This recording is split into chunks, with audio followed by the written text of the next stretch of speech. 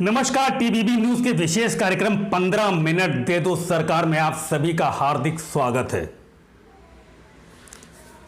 सबका साथ, सबका विकास, सबका विश्वास। जी हां, ये नारा दिया था हमारे देश के प्रधानमंत्री नरेंद्र दामोदर दास मोदी ने आम जन को और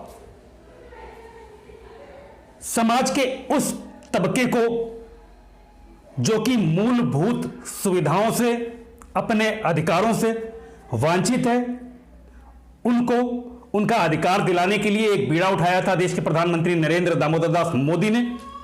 वो तबका जो कि अभी भी कहीं ना कहीं विकास से अछूता है, मगर अफसोस कि आजादी के 70 साल बाद भी आम आदमी अपनी आवश्यकताओं, अपने अधिकारों के लिए कहीं ना कहीं जंग लड़ रहा है और जिनके कंधों पर इसकी जिम्मेदारी है, यानी कि सुविधाएं प्रदान करने, उनके अधिकारों को देने के लिए जिनके कंधों पर जिम्मेदारी दी गई है, जो जिम्मेदार हैं, वो अपनी जिम्मेदारी, अपना दायित्व उनको दरकिनार करके सत्ता के नशे में मदमस्त होकर अपने ही ऐशो आराम में लिप्त हो गए। जी हां, ऐसी ही कुछ कहानी बयान करती है उत्तर प्रदेश की राजधानी लखनऊ के राजाजीपुरम क्षेत्र से सटे हुए वार्ड हैदरगंज द्वितीय के मुनेश्वरपुरम में, जहां पर आज भी ना तो पक्की सड़क है, ना ही नाली की व्यवस्था है और ना ही पानी के निकास की कोई भी व्यवस्था करी गई है। आज वहां के निवासी परेशान हैं। एक वैकल्पिक व्यवस्था उन्होंने करी हुई है। एक हर घर के सामने एक गड्ढा खुदा हुआ या खोदा गया है। अपने नित्य क्रिया के सारे काम जब तक उनके नहीं निपटते हैं, तब तक वो पानी सारा उसी गड्ढे में जमा होता रहता है। उसके बाद नहाने से पहले वो लोग उन गड्ढों से पानी अपने हाथों से भरकर, बाल्टियों से भरकर उसको दूर स्थान पर फेंकने जाते हैं। जी हां, ये कोई कहानी नहीं है, ये हकीकत है, बहुत ही शर्मनाक हकीकत है, जो कि उत्तर प्रदेश की राजधानी लखनऊ में देखने को मिली। ना तो पक्की सड़क और ना ही नालियों की कोई व्यवस्था और ना ही घरों में इस्तेमाल होने वाले पानी के निकासी की कोई भी व्यवस्था। कूड़े और गंदगी के बजाते हुए कच्चे रास्ते, जो कि कभी भी किसी गंभीर संक्रमण को खुला आमंत्रण दे रहे हैं, मगर शायद यह सब कुछ झेलना अब हैदरगंज द्वितीय वार्ड के मुनीश्वरपुरम के निवासियों का भाग्य बन चुका है, या इन हालातों को झेलना उनकी मजबूरी बन चुकी है। मुनीश्वरपुरम की जनता आज त्राही त्राही कर रही है। जन समस्याओं को अब तो 15 मिनट दे दो सरकार। तो आपने जो यह हालात देखे, जो तस्वीरें बयान कर रही हैं, ये किसी अति पिछड़े हुए शहर के हालात नहीं है, किसी पिछड़े हुए गांव के हालात नहीं है। ये उत्तर प्रदेश की राजधानी लखनऊ के राजाजीपुरम क्षेत्र से सटे हुए हैदरगंज द्वितीय वार्ड के मुनेश्वरपुरम की तस्वीरें थी, वहां के हालात थे जो हमने आपको दिखाए। वहां पहुंचने पर जब हमारी टीम वहां पहुंची तो वहां के लोगों को देखकर लगा कि वहां की जनता, वहां के निवासी जनप्रतिनिधियों से, हमारे व्यवस्था प्रबंधन से सारी उम्मीदें छोड़ चुके हैं और इसके लिए उन्होंने एक तरीका निकाला, एक तहरी भोज का आयोजन किया और उस तहरी भोज में स्थानीय पार्षद ताराचंद रावत और मेयर महोदया संयुक्ता भाटिया जी को तहरी भोज में विशिष्ट अतिथि के रूप में आमंत्रित किया। मगर जैसे ही मंच पर मेयर महोदय और पार्षद महोदय आसीन हुए, कार्यक्रम का आरंभ हुआ। वैसे ही जनता का दर्द छलक पड़ा और उन्होंने अपनी समस्याएं वहां पर बतानी शुरू कर दी। मामला इतने पर ही नहीं रुका। जैसे ही जन समस्याएं लोगों ने बतानी शुरू करी, वहां पर दोषारोपण का, एक दूसरे के ऊपर दोषारोपण करने का दौर शुरू हो गया। मामला यहां भी नहीं रुका। पार्षद को विकास निधि कितनी मिलती है, इस पर भी संशय बरकरार हो गया। पार्षद महोदय ने जहां एक और पार्षद निधि, विकास निधि जो मिलती है वो 95 लाख रुपए बताई, वहीं उनकी बात को काटते हुए मेयर महोदया ने 1 करोड़ 50 लाख रुपए निधि का बयान दिया। आप खुद ही सोच लीजिए कि जहां पर, जिस स्थान पर, जिस शहर में विकास निधि कितनी मिलती है, या तो इसमें जनप्रतिनिधि को भी नहीं पता, या अगर पता है तो जनप्रतिनिधि पार्षद महोदय क्यों उस निधि को छिपाना चाह रहे हैं, या मेयर महोदय उनको कोई कंफ्यूजन है, कोई संशय है। बहरहाल जनता की समस्याओं का निवारण कैसे होगा, यह एक बड़ी चुनौती बन चुकी है। और आप सभी सामने मंच पर और उपस्थित भाइयों बहनों और सामने बैठे हुए सभी भाइयों बहनों, आज के दिन विकास की बात हो रही है, इसलिए मैं विकास पर ही सीधे बात करूंगी, क्योंकि बाकी बातें, बहुत सारी बातें करने का समय आज नहीं है। मैं कभी फिर आपके बीच में आऊंगी तो विशेष रूप से हम लोग बैठकर बातचीत करेंगे। लेकिन आज, क्योंकि आज मेरे ख्याल से मेरे शहर में 40 कार्यक्रम लगे हुए हैं और इन कार्यक्रमों से अभी 2 कार्यक्रम बीच में, और तीसरे कार्यक्रम में जहाँ जाना वहां से फोन आने लगा कि देर हो रही है, तो अभी बीच में लगातार रास्ते में 2 कार्यक्रम करते हुए वहां पहुंचना है। इसलिए आज के दिन आपने विकास की जो बात की है उसी पर थोड़ी सी बात बताकर फिर कभी आपके बीच में, आप कभी हमारे घर पर आ जाए या मैं आपके यहाँ आ जाऊंगी, मिलकर हम लोग बैठकर समस्या का समाधान करेंगे। जैसा कि अभी आपने बताया, रामशंकर जी बता रहे थे कि 95 लाख पार्षद को मिलता है। आपकी जानकारी में बता दूं कि इस समय जीएसटी लेकर 1.5 करोड़ मिल रहा है। 1.5 करोड़ रुपया प्रति वर्ष मिलता है और 5 साल में लगातार हर वर्ष इतना पैसा मिलना है पार्षद को।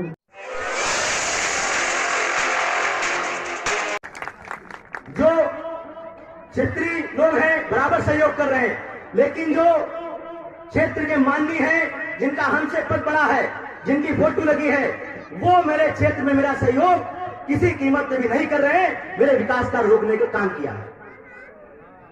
मैं उनका नाम लेना नहीं चाहता हूं मंच पे, और आज वो इसलिए इस मंच पे नहीं है क्योंकि मैं आ रहा था।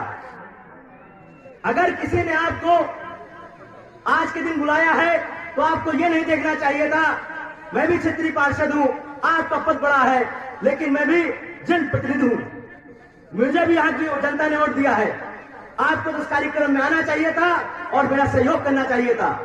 आपको मैं चिट्ठी देता हूं तो आप मेरी चिट्ठी वापस करा देते हो, अगर मैं किसी काम के लिए कहता हूं तो आप मेरा काम रुकवा देते हो।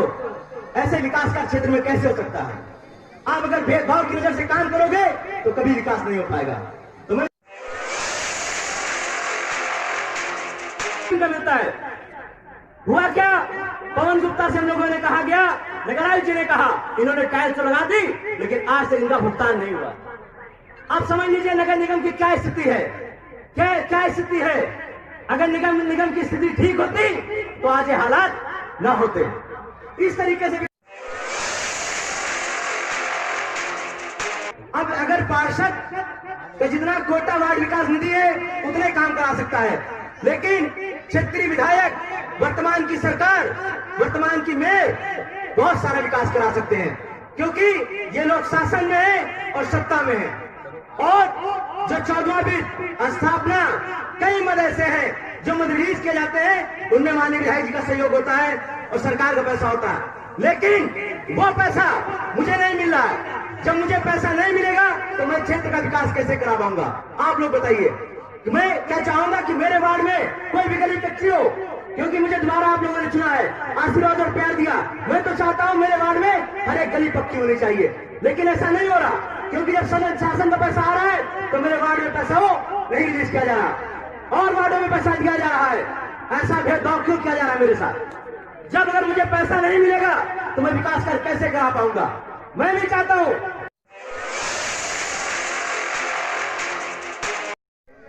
विकास को लेके चर्चा हो रही है, लेकिन शायद आप लोग को जानकारी नहीं है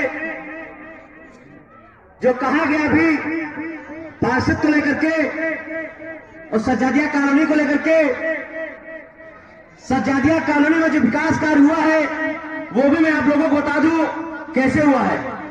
वो सन 2012 में वो एक प्रोजेक्ट था सरकार का आया हुआ था, कुछ कारण ऐसे रहे कि उसमें मुकदमा हो गया था, वो काम पेंडिंग रहा, लेकिन वो पिछली सरकार का काम था जो वहां पे काम हुआ है, वहां के लोगों को जानकारी है।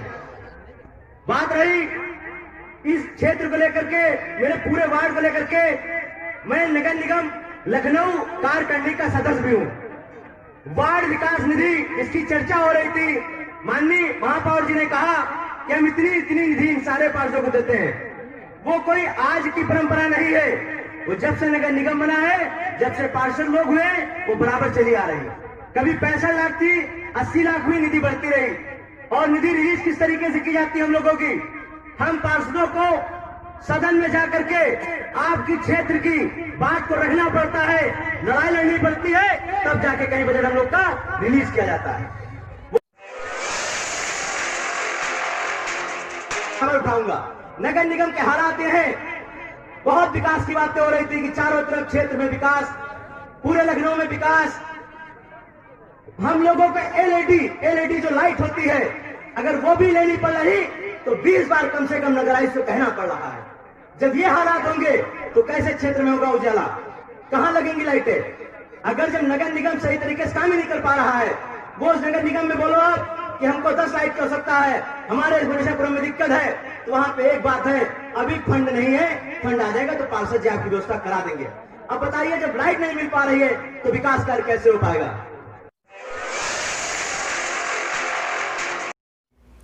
तो आपने देखा कि पार्षद निधि जो विकास निधि है उस पर संशय कैसे बरकरार है। मेयर महोदय कहती हैं 1.5 करोड़ रुपया पार्षद निधि है और पार्षद महोदय कहते हैं 95 लाख, अंतर थोड़ा नहीं है, एक बड़ा अंतर है, 55 लाख रुपए के आसपास का अंतर है, जहां पर संशय बरकरार है। बड़ी बात यहां पर जो देखने वाली है कि जब विकास निधि में ही संशय है तो आखिर विकास कैसे होगा। पार्षद जी ने इससे एक कदम आगे निकलते हुए बिना नाम लिए पश्चिम विधानसभा क्षेत्र के विधायक सुरेश श्रीवास्तव के ऊपर निशाना साधा, या ये कह लें कि गेंद उनके पाले में फेंक दी। मगर बड़ी बात यह है कि इस दौरान उन्होंने एक भी बार स्वयं के ऊपर कोई दोषारोपण नहीं किया, स्वयं को निर्दोष सिद्ध किया, जबकि ताराचंद रावत उस क्षेत्र से लगभग 9 साल से पार्षद हैं। इच्छा शक्ति की कमी कहीं ना कहीं दिखाई पड़ी, जिससे कि आज वो क्षेत्र विकास से अछूता है। वहां की जनता विकास न होने की वजह से समस्याओं से जूझ रही है, त्राही कर रही है। आइए जनता की आवाज सुने, जनता से बात करें, जाने कि आखिर जनता क्या कहना चाहती है। जैसा कि आप सभी जानते हैं, आज मकर संक्रांति का त्योहार है। भारत देश की संस्कृति के हिसाब से रंग बिरंगे त्योहार, देश और नाम केवल एक भारत, ऐसा भारत में ही संभव है। यहाँ पर आज हम आए हुए हैं उत्तर प्रदेश की राजधानी लखनऊ के राजाजीपुरम क्षेत्र से जुड़े हुए क्षेत्र भुवनेश्वरपुरम में, जो कि आलमनगर से भी जुड़ा हुआ है और राजाजीपुरम से भी जुड़ा हुआ है। यहाँ पर बतौर मुख्य अतिथि यहाँ के पार्षद ताराचंद रावत और मेयर महोदया श्रीमती संयुक्ता भाटिया जी आज यहाँ मौजूद थी। जब वो मंच पर बैठे तो यहाँ की जनता का दर्द झलक पड़ा। जी हाँ, यहाँ की जनता का दर्द झलक पड़ा, क्योंकि ये क्षेत्र जितने वर्ष पुराना है, आज भी कहीं न कहीं विकास से अछूता है। इस क्षेत्र से जैसे ही आप बाहर निकलेंगे आपको अच्छी सी रोड, इंटरलॉकिंग नाली, सारी सुविधाएं दिखाई पड़ जाएंगी, मगर जैसे ही आप इस क्षेत्र के अंदर प्रवेश करते हैं कहीं ना कहीं इसमें सौतेला व्यवहार नजर आता है इस क्षेत्र के साथ। यहाँ की जनता का कहना है कि पार्षद हो या मंत्री हो या विधायक हो या सांसद हो, वोट मांगने के लिए तो यहाँ आता है, मगर उसके बाद अपने ही क्षेत्र के विकास के लिए हमें कहीं ना कहीं इन नेताओं से, हमारे पार्षद से, हमारे मंत्री महोदय से, हमारे विधायक से विकास कार्यों की भीख मांगनी पड़ती है। और भीख मांगने के बावजूद, विकास कार्यों की भीख मांगने के बावजूद भी विकास नहीं होता है। सड़कें कच्ची हैं, नालियां नहीं बनी हैं, जल भराव रहता है। एक बारिश अगर हो जाए तो शायद स्थितियां खुलकर सामने आ जाएंगी। आज मैं हूं क्षेत्रवासियों के बीच में, इसी कार्यक्रम के माध्यम से मैं यहाँ पहुंचा था और मैं आपको दिखाऊंगा वास्तविकता में कि जनता कितनी परेशान है, हलकान है और आखिर क्या उम्मीद कर रही है अपने पार्षद से, अपने और अपने विधायक से। नमस्कार, आपका नाम? संजू साहू। क्या दिक्कतें यहाँ पर हैं, आप खुल के बताइए क्या दिक्कतें हैं और इसके लिए कितने कितने प्रयास किए गए हैं और क्या कारण हो सकता है कि विकास आखिर यहाँ तक क्यों नहीं पहुँचा? भाई यहाँ तो हम लोगों ने बहुत प्रयास किए कि हाँ, यहाँ की सड़कें बन जाएँ, नालियाँ बन जाएँ, और जो भी यहाँ पे गड्ढों में पानी का भराव होता है, गंदगी इतनी बढ़ जाती है कि इस कोरोना काल में भी कि बहुत सारी बीमारियाँ हो रही हैं जो बच्चों को, बड़ों को, सभी को नुकसान करते हैं। स्पेशली जो पानी गंदा भरता है वो यहाँ के लोग अपने हाथों से, हम लोग अपने हाथों से निकाल के बाहर फेंकते हैं। अब आप समझ लीजिए इसमें कितनी गंदगी है, कितनी प्रकार की भयानक से भयानक बीमारी होने की संभावना है। प्लस और भी जो भी बारिश होता है उसमें पानी भर जाता है, हम लोग को निकलने में, आने जाने में हर तरीके की दिक्कत होती है। अब समझिए यहाँ पे पार्षद आते हैं, विधायक आते हैं, जो भी आते हैं, बस संभावना दी जाती है पर अभी तक कोई कार्य प्रोग्रेस नहीं हुआ है। तो हम यही चाहते हैं कि आने वाले समय में हमारी भी सड़कें बन जाए, नालियाँ बन जाएँ और जो भी यहाँ की दिक्कतें हैं उसे ख़त्म कर दी जाएँ। हमारे साथ एक बड़ा जनसमूह मौजूद है यहाँ पर, हम बात करते हैं उनसे। मैडम, आपका शुभ नाम? सरिता जी। सरिता जी, किस तरह की समस्याएं यहाँ पर आती हैं, किस तरह की समस्याओं से आपको यहाँ पर दो चार होना पड़ता है रोजमर्रा की जिंदगी में, हमें आप खुलकर बताएं। ये मुनेश्वरपुरम चंदन विहार है, यहाँ पे हम लोग 20 साल से रह रहे हैं। 20 साल से? बहुत बड़ा पीरियड है ये। 20 साल से हम लोग रह रहे हैं, यहाँ पे कोई भी विकास नहीं हुआ है। हाउस टैक्स भी हो रहा है। उसके बाद में हम लोगों ने यहाँ पे 2 बार विधायक जी को आमंत्रित किया है, वो यहाँ पे नहीं आए हैं। विधायक जी यहाँ पर नहीं आए? जी नहीं, 2 बार नहीं, मतलब 2 बार हम लोगों ने बुलाया है, वो नहीं आए हैं। लेकिन जो है अब हम लोग ये चाह रहे हैं, इतना गड्ढा में पानी भर रहा है, बच्चे हैं खेल नहीं पा रहे हैं, ट्रैक्टर आता है वो पूरा मलबा कर दे रहा है, इतनी गंदगी हो रही है, बच्चे बीमार हो रहे हैं। बताइए हम लोगों को यहाँ रहने से क्या फायदा है? जनता का एक ही सवाल है कि हम ग्रह कर दे रहे हैं, जल कर दे रहे हैं, तो पर्याप्त सुविधाएं आखिर हमको क्यों नहीं मिल रही है? यहाँ पर जनता हलकान है, परेशान है और आज जिम्मेदारों से, जो इसके जिम्मेदार हैं, उनसे न्याय की भीख मांग रही है, विकास की भीख मांग रही है। आइए हम बात करते हैं कुछ और लोगों से। डॉक्टर भाई साहब, हम केशव कुमार तुम्हें बोल रहे हैं। हम लोग यहाँ पर अपने घर के सामने गड्ढा खोदे हैं, उसमें हम लोगों के नापदान का पानी आता है, जिसको हम लोग सुबह होके उल्टते हैं। हर आदमी जो है नहा लेता है, एक आदमी जो है खाली रहता है जो ड्यूटी भी जाता है। सुबह में 8 बजे पहुँचना होता, फिर भी हम गड्ढे का पानी उलझते हैं, फिर फेंकते हैं, फिर नहा के झटपट पूजा पाठ करते हैं, फिर भाग जाते हैं। बताइए क्या विडम्बना है हमारे यहाँ इस सरकार में। हम बताइए, कहा जाता है कि भाजपा, लेकिन हम लोग यहाँ शहर में रह कर के, लखनऊ शहर में है, फिर भी हम परेशान हैं। गांव में बहुत अच्छा है, गांव की गलियां कूचे सब अच्छा है, लेकिन यहाँ बीमारियों के बहुत से आसार हैं। भाई साहब, आप लोग मदद कीजिए और हम लोगों का विकास कराइए। बिल्कुल सर, मीडिया पूरी तरह से आपके साथ है, आपकी आवाज़ को पहुँचा देना चाहती है और पहुँचाएगी भी। जो जिम्मेदार हैं उन तक क्या प्रयास आखिर किए गए हैं अभी तक? क्या पार्षद जी को या विधायक जी को या जो भी इसके जिम्मेदार हैं, आखिर कहाँ खबर इसकी पहुंचाई गई है, कहां तक विकास की मांग करी गई है, हम जानेंगे यहाँ पर। जी मैडम, नमस्कार। नहीं, वो अलग से। अच्छा जी। ये जो समस्याएं यहाँ आ रही, इसके लिए अभी तक किसी के पास कोई एप्लीकेशन या कोई मांग कभी करी गई है यहाँ के पार्षद या विधायक जो भी? एप्लीकेशन भी हम लोग देते रहे हैं, आज 20 साल से एप्लीकेशन पे एप्लीकेशन, वही वाली हाल है। तारीख पे तारीख, जैसे वो कोर्ट में सुनी जाती है, बस मिलती है क्या तारीख, वही हाल यहाँ का है। एप्लीकेशन जो भी देखते हैं हम लोग कि जिससे हमको किरण मिलेगी, उसको एप्लीकेशन पकड़ा दिया, पर आज तक सड़क क्यों नहीं बनी? सड़क बन जाए, वही वाली हाल है कि जैसे कि हमको अंधे हैं तो आँख मिलेगी तभी तो भरोसा होगा। अभी तक मुझे आँख नहीं मिली तो किस पे भरोसा किया जाए।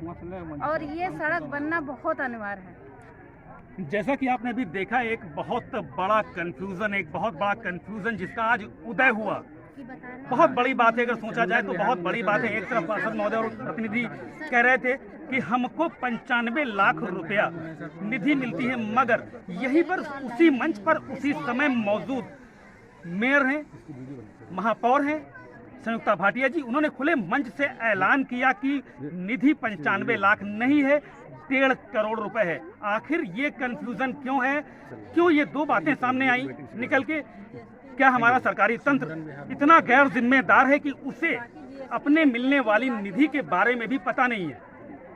शायद यही सब कारण है कि वो जीएसटी मिला के इतना नहीं होगा कि 60 लाख 55 लाख बढ़ जाए, इतना नहीं होता है। आखिर इस गैर जिम्मेदार रवैये का जिम्मेदार कौन है? आइए बात करते हैं। सर नमस्कार जी, आपका नाम? मेरा नाम श्रवण कुमार वर्मा है जी। श्रवण जी, ये बताइए कि किस तरह की समस्याएं आ रही हैं यहाँ पर, और आप लोग ने कहाँ तक फॉलो किया है, किससे फॉलो किया है? एक चीज़ जान लें कि जो मैं खड़ा हूँ इस कॉलोनी का सबसे पहला व्यक्ति हूँ। हाँ, सबसे पहले व्यक्ति आप इस कॉलोनी यानी की? क्या इस कॉलोनी की सबसे पहला व्यक्ति हूँ। मुनीश्वरपुरम विकास समिति का उपाध्यक्ष भी हूँ। अच्छा जी। और आज तक लगभग जितनी भी मतलब सरकारें आई हैं इस 20 साल के बीच में, ऐसी कोई नहीं है जिसका पूरा नक्शा बना हुआ है कि रोड, ये जितनी रोडें भाई लोग बताएं सबके नाप लिखी है। अभी भी मेरे पास रखी हुई है कुछ रोडों के नाप, जिनको हम बराबर लेटर द्वारा जाते हुए, यहाँ तक कि पूर्व पार्षद जो भी पार्षद हैं, इनकी पत्नी थी, इनको सबको बराबर लेटर देते रहे। उस 15 साल के अथक प्रयास के बाद एक रोड मिली थी, वो भी बादशाह खेड़ा से लेकर के और आपके राम गोपाल शुक्ला के होने तक, जो कि लगभग 285 मीटर है। उसके बाद आज तक वहाँ से चंदन विहार की दूरी लगभग 125 मीटर लगभग है। मतलब बराबर प्रयास करते रहे सबको, जितने भी मतलब आई हुई सरकारें, आए हुए पार्षद या आए हुए विधायक, लगभग सबके पास जाना। अगर उनकी फेरिस्त की बात करें तो मेरे पास पूरी फाइल रखी हुई है, यानी मुनीश्वरपुर विकास समिति के पास पूरी फाइल रखी हुई है कि कहाँ कहाँ हमने किनको किनको दिया है।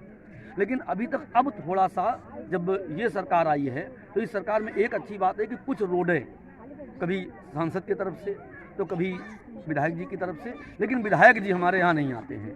ये बड़ा दर्द हम लोगों को है। विधायक जी नहीं आते, विधायक जी नहीं आते हैं। वो कभी कदार उनके एक मतलब मिलने वाले हैं तेजभान सिंह या रामशंकर भैया, ये सब लोग मतलब आते, लेकिन वो कभी नहीं आते। उनको बुलाने का हम लोग 20 बार प्रयास किए हैं कि वो आएँ और एक बार देखें। दे ना दे उनकी मर्जी, क्योंकि विधाता है ना, देगा तो ठीक, नहीं देगा तो ठीक, लड़ तो सकते नहीं है। तो जैसा कि सर अभी आप लोगों ने देखा कि पार्षद महोदय अभी मंच संभाले हुए थे, और उस मंच पे उन्होंने घोषणा करी कि फंड हमें मिलता नहीं है, कम मिलता है और टुकड़ों में मिलता है। तो इस बात पर विश्वास थोड़ा सा इसलिए नहीं होता कि ये बहुत पुरानी कॉलोनी है। सर पूरा मिलता है। अगर हम इस पर विश्वास भी करें कि कम मिलता है, लेकिन ये कॉलोनी बने हुए 20 साल हो चुके हैं। 20 साल 2000 दिसंबर में जैसा पता चलता है कि विगत 2 बार से पार्षद हो रहे हैं, तो क्या ऐसा संभव लगता है आप लोगों को कि क्या इस तरह की समस्या आई होगी और ये इस क्षेत्र पे ही ध्यान नहीं किया, बाकी और क्षेत्र नहीं देते? ठीक बाहर निकलते हुए कारण बता दें। मैं कारण जानना चाह रहा हूँ, कारण मैं जानना चाह रहा हूँ कि वार्ड बहुत बड़ा है। जी जी, 100 करीब 84 कॉलोनियाँ इसके अंदर है। कुछ गांव आते हैं, हम ये बात चलो उनकी मान लेते हैं कि उनके पास हो सकता है इतना विकास निधि ना हो, लेकिन अब चूंकि मान लो अभी तो खैर वो कह गए कि चले उनकी सरकार नहीं है, इससे पहले उनकी सरकार 2 बार थी। उससे पहले किशोरी लाल जी, डोरी लाल जी, ये सब उसी सरकार के वो जो पार्षद हुए हैं, यानी 20 साल में 4 बार, यानी 2 बार कह लीजिए। उससे पहले 20 साल के पहले तो मुझे नहीं पता, कि नाम जरूर पता है कि किशोरी लाल जी थे, उसके बाद डोरी लाल जी आए, उसके बाद 2 बार ये हैं। लेकिन अब आप सर समझ सकते हो, आप लोगों की वजह से मैं कहना चाहता हूँ कि मतलब क्या हाउस टैक्स की अगर बात करें तो 2003 से मैं दे रहा हूँ। चंदन विहार पूरा दे रहा है, चंदन विहार पूरा हाउस टैक्स दे रहा है। इनके सबके अपने मकान नंबर एलाट हैं। 384 रुपये हमारा हाउस टैक्स आता है। ये भी कमर लो पानी भर जाता नहीं। पानी भरने की बात करें तो सर अगर एक बार अब थोड़ा सा आप लोगों की वजह से अगर चाहें तो एक बार देख लें और दिखा दें तो शायद हमें बड़ा संतुष्टि मिले इस चीज़ की। बस हम लोग एक तो बार देख रहे हैं कि आम जन का दर्द, यहाँ पर रहने वाले जो निवासी हैं उनका दर्द निकल कर बाहर आ रहा है। हम अपने कार्यक्रम, जो हमारा कार्यक्रम हम चला रहे हैं 15 मिनट दे दो सरकार के माध्यम से, जो जिम्मेदार लोग हैं, चाहे वो पार्षद हो, चाहे विधायक हो या सांसद हो या कोई मंत्री हो, जो भी हो, उन तक एक बात जरूर पहुंचाना चाहेंगे अपने चैनल के माध्यम से, टीबीबी न्यूज़ के माध्यम से, कि जो बेचारी जनता है बार बार कह रही है हम ग्रह कर देते हैं, जल कर दे रहे हैं, रोड टैक्स दे रहे हैं, मगर उनको सुविधाएं उस तरह की नहीं मिल रही हैं जो उनका अधिकार है, उन्हें मिलना ही चाहिए। कम से कम अब तो 15 मिनट दे दो सरकार।